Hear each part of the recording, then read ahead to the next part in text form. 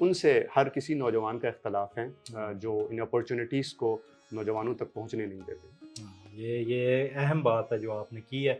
اچھا یہ بتائیے گا کہ آپ کا تعلق گلگت بلتستان سے ہے، جی کیا آپ کو اکادمی ادبیات نے کبھی دعوت نامہ بھیجا آپ کے گلگت بلتستان کے حوالے سے، یا آپ کو کبھی کسی ادارے نے بلایا کہ آپ گلگت سے ہیں، آپ آ کے گلگت کی نمائندگی کریں، یا آپ کے علاوہ کسی نوجوان کی بات کر رہا ہوں، کسی کو بلایا، کیا کوئی ایسا کوئی معاملہ ہوا؟ خیر ناصر بھائی، میرا تعلق دور دراز علاقے سے ہے، گلگت بلتستان سے، اور اکادمی ادبیات بھی میرا کم کم ہی جانا ہوتا ہے جب میں خود چلا جاؤں، اور یہاں پر نہ ایسا کوئی گلگت بلتستان کا فورم ہے جس کو نمائندگی دی گئی ہو کہ آپ لوگ اپنے علاقے کو، اپنے علاقے کے شعراء کو اس پلیٹ فارم کے تھرو پروموٹ کریں یا ان کی نمائندگی کریں۔